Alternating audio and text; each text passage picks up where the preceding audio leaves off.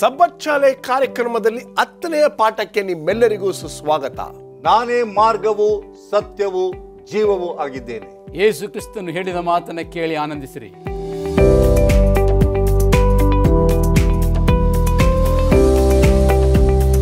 ನಮಸ್ಕಾರ ಪ್ರಿಯ ವೀಕ್ಷಕರೇ, ಯೇಸು ಕ್ರಿಸ್ತನ ಮಧುರ ನಾಮದಲ್ಲಿ ನಿಮ್ಮೆಲ್ಲರಿಗೂ ಸ್ವಾಗತ. ಸಬ್ಬತ್ ಶಾಲೆಯ ಪಾಠ 10ನೇ ವಾರಕ್ಕೆ ಬಂದಿದ್ದೇವೆ, 10ನೇ ಪಾಠಕ್ಕೆ ಬಂದಿದ್ದೇವೆ. ತುಂಬ ಅಚ್ಚುಮೆಚ್ಚಿನ ಒಂದು ಶಿರೋನಾಮೆ ಅದೇನು ಎಂಬತಕ್ಕಂಥದ್ದನ್ನು ನಾವು ನೋಡೋಕ್ಕಿಂತ ಮುಂಚಿತವಾಗಿ ನಮ್ಮ ಅತಿಥಿಗಳನ್ನು ಸ್ವಾಗತ ಮಾಡಿ ಈ ದಿನದ ಕಾರ್ಯಕ್ರಮವನ್ನು ಶುರು ಮಾಡೋಣ. ಇಬ್ಬರು ಅನುಭವಶಾಲಿಗಳು, ಸತ್ಯವೇದವನ್ನು ಓದಿದ್ದಿರ್ತಕ್ಕಂಥವ್ರು. ಬನ್ನಿ ಅವರನ್ನು ಸ್ವಾಗತ ಮಾಡೋಣ. ಬೋಧಕರಾಗಿರ್ತಕ್ಕಂಥ ರಾಜದಾಸ್ ಮತ್ತು ಬೋಧಕರಾಗಿರ್ತಕ್ಕಂಥ ಪ್ರಸನ್ನಕುಮಾರ್, ನಮಸ್ಕಾರ. ತುಂಬ ಸಂತೋಷ ನೀವು ನಮ್ಮ ಕಾರ್ಯಕ್ರಮಕ್ಕೆ ಬಂದಿದ್ದು. ನಾನೇ ಜೀವವು ಸತ್ಯವೂ ಮಾರ್ಗವೂ ಆಗಿದ್ದೇನೆ. ಸ್ಮರಣ ವಾಕ್ಯವನ್ನು ಓದಿ ಆನಂತರ ನಾವು ಪಾಠಕ್ಕೆ ಹೋಗೋಣ. 1ನೇ ಅಧ್ಯಾಯ 18ನೇ ವಚನ. ಯೋಹಾನ 1ನೇ ಅಧ್ಯಾಯ 18ನೇ ವಚನ.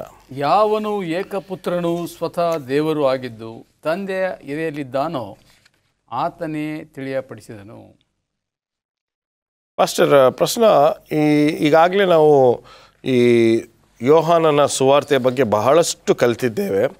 ಆದರೆ ಇಲ್ಲಿ ಈ 4 ಭಾಗವಾಗಿ ವಿಂಗಡಿಸಿದ್ದಾರೆ. Gospel of John is divided into 4 sections. ಅದೇನು ಅಂತ ಸ್ವಲ್ಪ ದಯವಿಟ್ಟು ಸಂಕ್ಷಿಪ್ತವಾಗಿ ಹೇಳ್ಕೊಡ್ತೀರಾ?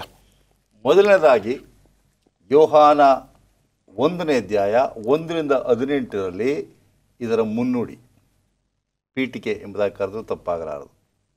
ಎರಡನೇದಾಗಿ ಯೋಹಾನ 1ನೇ ಅಧ್ಯಾಯದಿಂದ 12ನೇ ವಚನದವರೆಗೆ ಚಿಹ್ನೆಗಳು, ಗುರುತುಗಳು, ಸ್ವಾಮಿ ಮಾಡತಕ್ಕಂಥ ಮಹತ್ ಕಾರ್ಯಗಳು, ಇವುಗಳ ಬಗ್ಗೆ ಹೆಚ್ಚಿನ ಮಾಹಿತಿ ಇದೆ.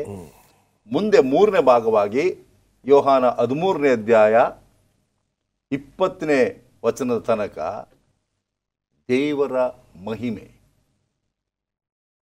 ಆ ವೈಭವ, ದೇವರ ಮಹಿಮೆ ಹೇಗಿತ್ತು, ಆತನು ಮಾಡತಕ್ಕಂಥ ಕ್ರಿಯೆಗಳಿಂದ ಹೇಗೆ ಕಂಡುಕೊಂಡೆವು ಎಂಬುದಾಗಿ. 4ನೇದಾಗಿ ಯೋಹಾನ 21ನೇ ಅಧ್ಯಾಯ 1ರಿಂದ 25 ವಚನಗಳನ್ನು ಗಮನಿಸುವಾಗ ಇದರಲ್ಲಿ ಹಿನ್ನುಡಿ ಇದೆ, ಅಂದರೆ ಅಂತ್ಯಭಾಗ್ಯ. ಸೊ 4 ಭಾಗವಾಗಿ ಸುವಾರ್ತೆಯನ್ನು ಬಹಳ ಸುಲಭವಾಗಿ ನಮಗೆ ಯೋಹಾನನು ತಿಳಿಸಿಕೊಟ್ಟಿದ್ದಾನೆ.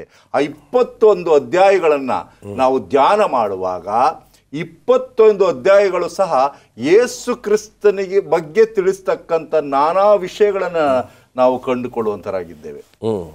ಇದರಲ್ಲಿ ಮುಖ್ಯವಾಗಿ 7 ಪ್ರಮುಖವಾದಂಥ ವಿಷಯಗಳು.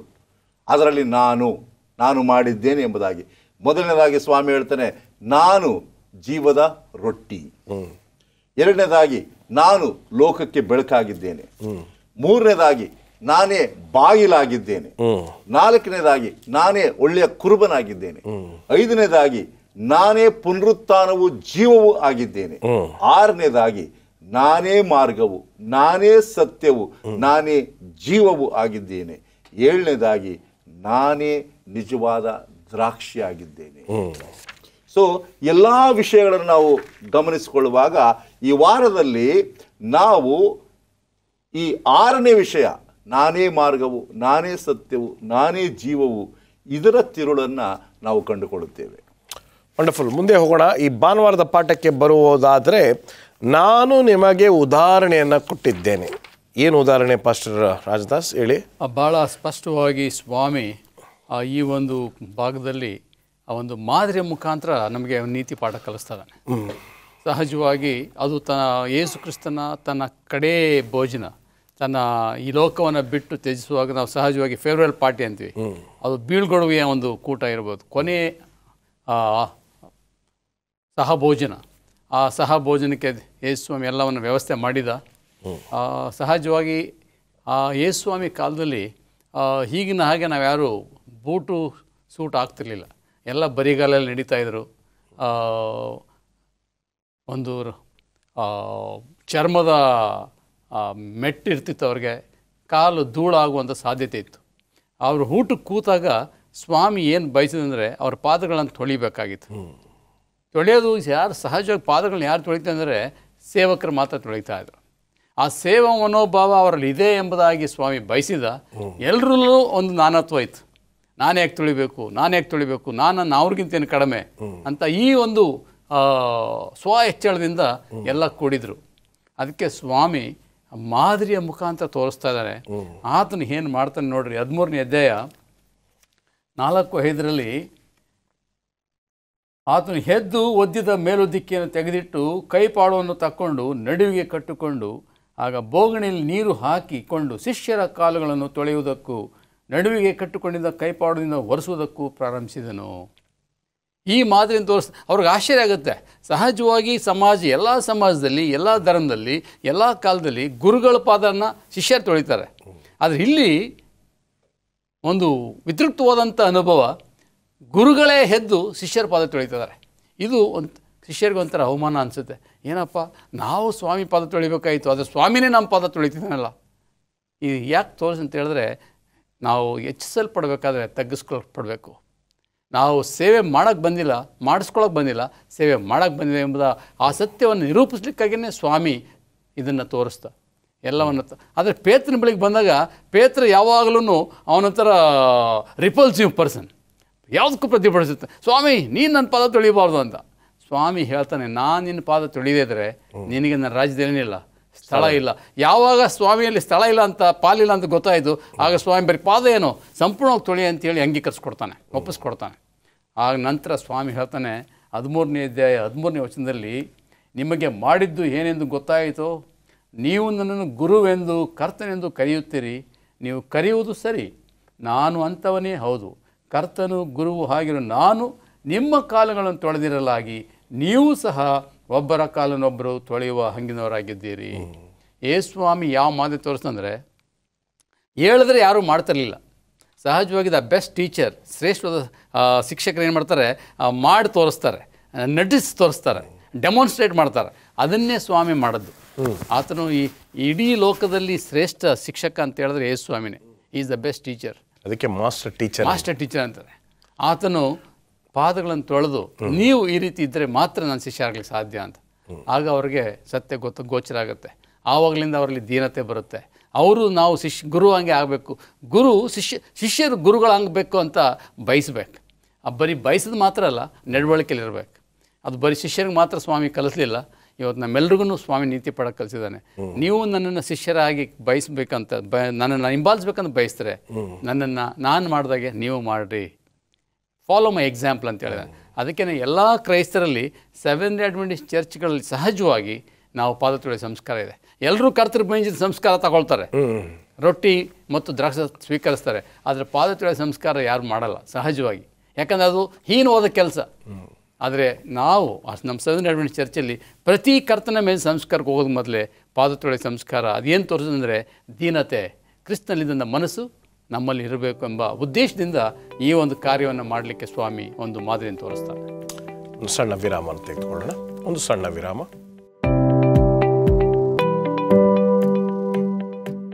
Welcome back.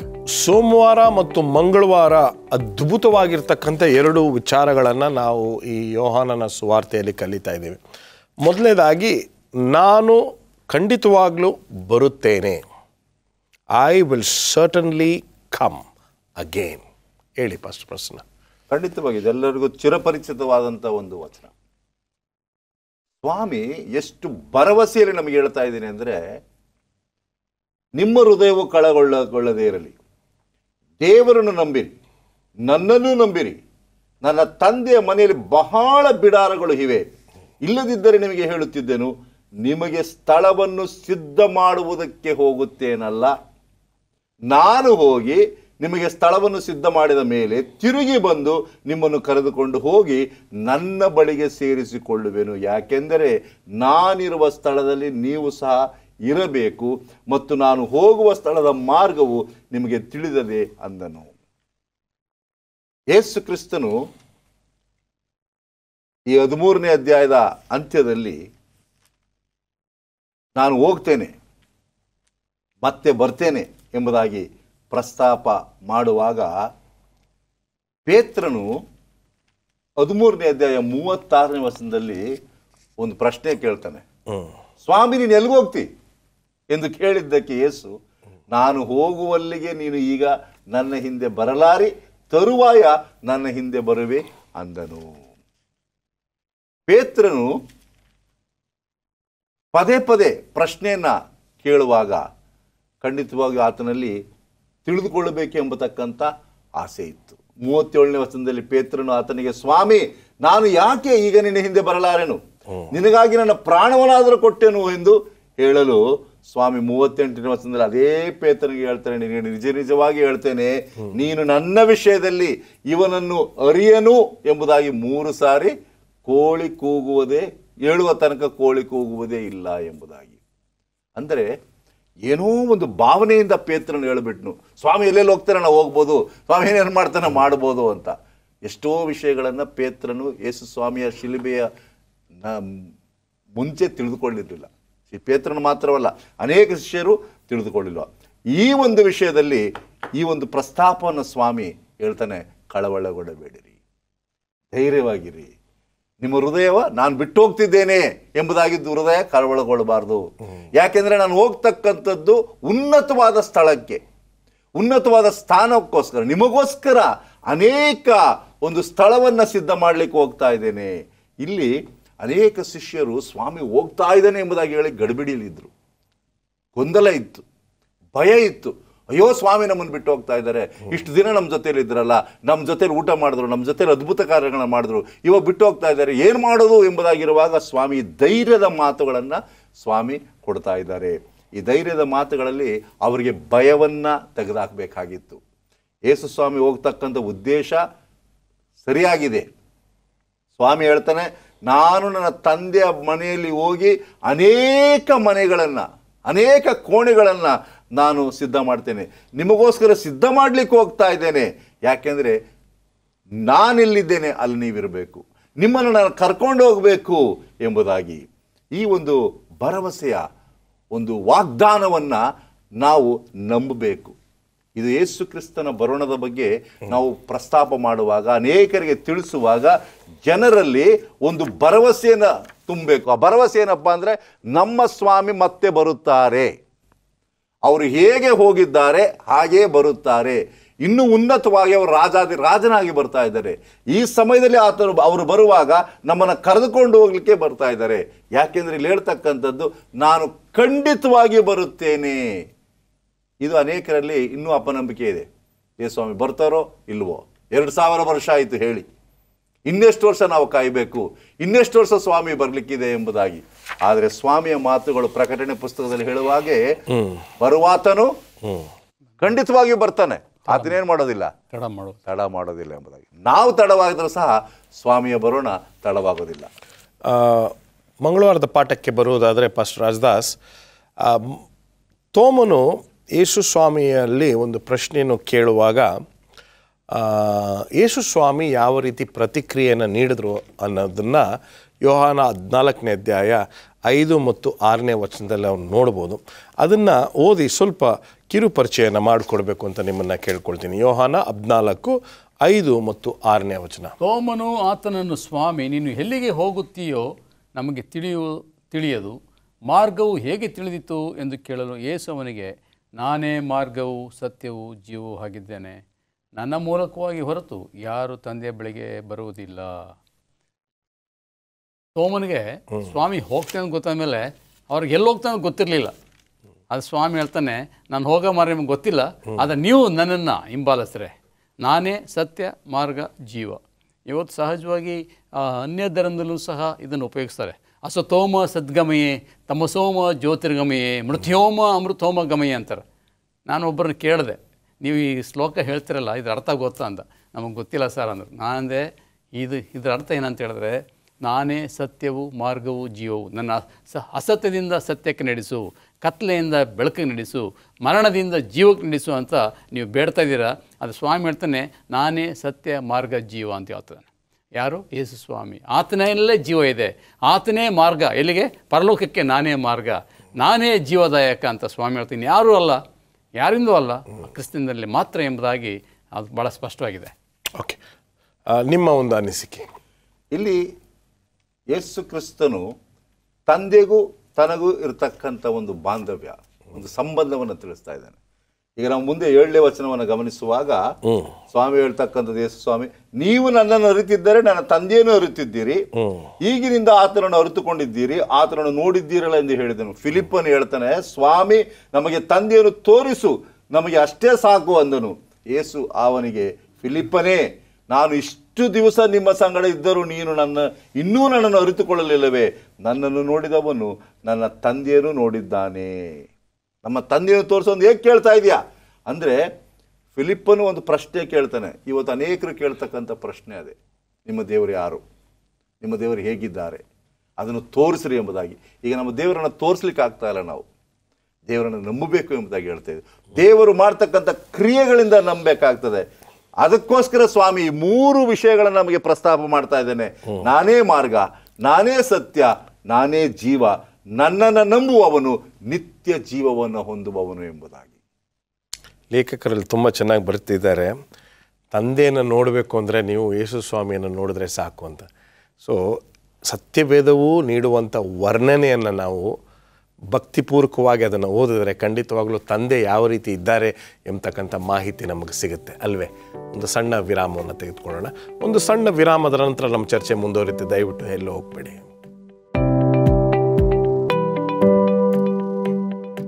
Welcome back. ಬನ್ನಿ ನಮ್ಮ ಚರ್ಚೆಯನ್ನು ಮುಂದುವರಿಸ್ಕೊಂಡು ಹೋಗೋಣ. ನಾನೇ ಸತ್ಯವು ಎಂಬತಕ್ಕಂಥ ಈ ಒಂದು ಅಂಶವನ್ನು ಈ ಭಾಗದಲ್ಲಿ ನಾವು ಚರ್ಚೆ ಮಾಡಲಿಕ್ಕೆ ಹೋಗ್ತಾ ಇದ್ದೀವಿ. Pastor Rajadas, take it away. 1ನೇ ಅಧ್ಯಾಯ 14ನೇ ವಚನದಲ್ಲಿ, ಆ ವಾಕ್ಯವೆಂಬನು ನರವತಾರ ಎತ್ತಿ ನಮ್ಮ ಮಧ್ಯದಲ್ಲಿ ವಾಸ ಮಾಡಿದನು, ನಾವು ಆತನ ಮಹಿಮೆಯನ್ನು ನೋಡಿದೆವು, ಆ ಮಹಿಮೆಯು ತಂದೆಯ ಬಳಿಯಿಂದ ಬಂದ ಒಬ್ಬನೇ ಮಗನಿಗೆ ಇರತಕ್ಕ ಮಹಿಮೆ, ಆತನು ಕೃಪೆಯಿಂದಲೂ ಸತ್ಯದಿಂದಲೂ ತುಂಬಿದವನಾಗಿದ್ದನು. ಸೊ ಏನು ಸತ್ಯ ಅಂತ ಹೇಳಿದ್ರೆ, ಯೇಸು ಸ್ವಾಮಿ ದೇವಕುಮಾರನು, ತಂದೆಯಿಂದ ಬಂದ ಆತನು ಎಂಬ ಸತ್ಯವನ್ನು ಅನೇಕರು ಅಂಗೀಕರಿಸ್ಕೊಳ್ತಾ ಇಲ್ಲ. ತಂದೆನೇ ಬೇರೆ ಮಾಡ್ತಿದ್ದಾರೆ, ಮಗನ್ನೇ ಬೇರೆ ಮಾಡ್ತಿದ್ದಾರೆ. ಇದು ಸೈತಾನ್ ಕುತಂತ್ರ. ಹಳೆ ಒಡಂಬಡಿಕೆನೇ ಬೇರೆ ಮಾಡ್ತಿದ್ದಾರೆ, ಹೊಸ ಒಡಂಬಡಿಕೆನೇ ಬೇರೆ ಮಾಡ್ತಿದ್ದಾರೆ. ಹಳೆ ಒಡಂಬಡಿಕೆ ಹೋಯ್ತು ಅಂತ ಹೇಳಿ ಹೊಸ ಒಡಂಬಡಿಕೆ ಮಾತ್ರ ಸ್ವೀಕರಿಸ್ತಿದ್ದಾರೆ.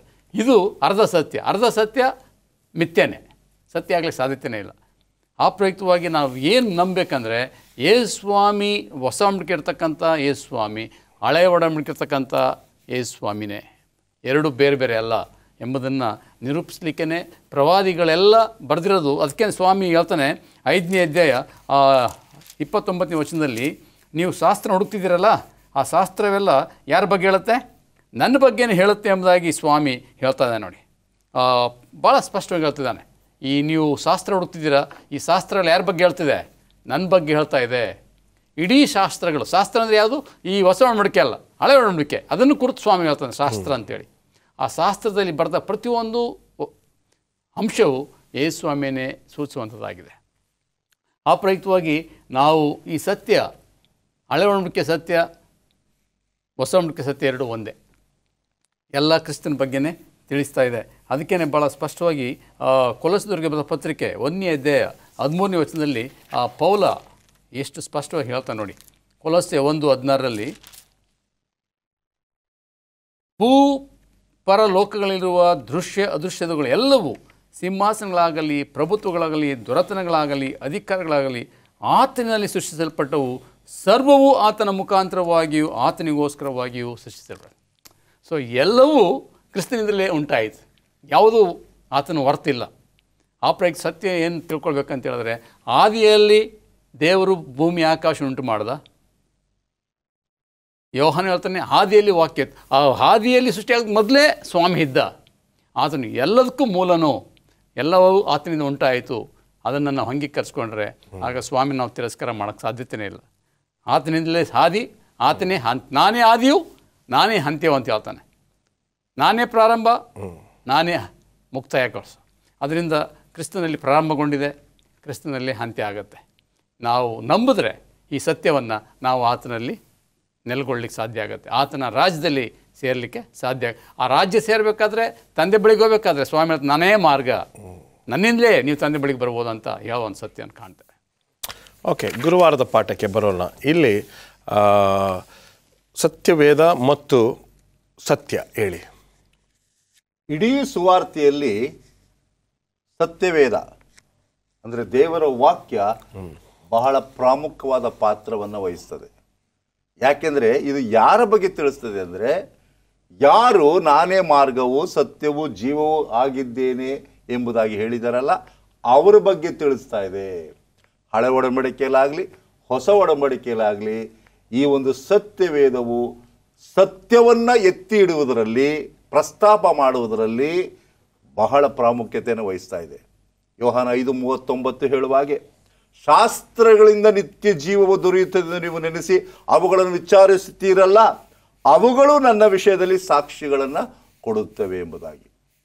ಅನೇಕ ಸಾರಿ ಯೇಸು ಕ್ರಿಸ್ತನು ಪದೇ ಪದೇ ಶಿಷ್ಯರಿಗೆ ಹಳೆ ಒಡಂಬಡಿಕೆಯನ್ನು ಪ್ರಸ್ತಾಪ ಮಾಡ್ತಾ ಇದ್ರು. ಮೋಶೆ ನನ್ನ ಬಗ್ಗೆ ತಿಳಿಸಿದ್ದಾರೆ, ಅನೇಕ ಗ್ರಂಥಗಳು ನನ್ನ ಬಗ್ಗೆ ತಿಳಿಸ್ತಾ ಇವೆ, ಇವುಗಳ ಬಗ್ಗೆ ಯಾಕೆ ನೀವು ಪ್ರಸ್ತಾಪ ಮಾಡಿಲ್ಲ? ವಿಮೋಚನೆ ಕಾಂಡವಾಗಲಿ, ಜೆಕರೆಯನಾಗಲಿ, ಹಳೆ ಒಡಂಬಡಿಕೆಯ ಪ್ರವಾದಿಗಳಾಗಲಿ, ದಾನಿಯೇಲನಾಗಲಿ, ಯೆಶಾಯನಾಗಲಿ, ಯೆರೆಮೀಯನಾಗಲಿ, ಕೀರ್ತನೆಗಳಾಗಲಿ, ಇವೆಲ್ಲವನ್ನು ನಾವು ಹುಡುಕುವಾಗ ಅಲ್ಲಿ ಸ್ವಾಮಿಯ ಬಗ್ಗೆ ತಿಳಿಸುವಂಥದ್ದಾಗಿದೆ. ಒಂದು ವೇಳೆ ಮೋಶೆ ಹೇಳಿರ್ತಕ್ಕಂಥ ವಿಷಯವನ್ನು ಈಗಾಗಲೇ ಓದಿದ್ದೇವೆ, ಯೋಹಾನ 5:46-47 ನನ್ನ ವಿಷಯವಾಗಿ ಮೋಶೆ ಬರೆದಿದ್ದಾರೆ, ಮೋಶೆಯ ಮಾತನ್ನು ನೀವು ನಂಬದೇ ಇದ್ದರೆ ನನ್ನ ಮಾತನ್ನು ನಂಬೋದಿಲ್ಲ.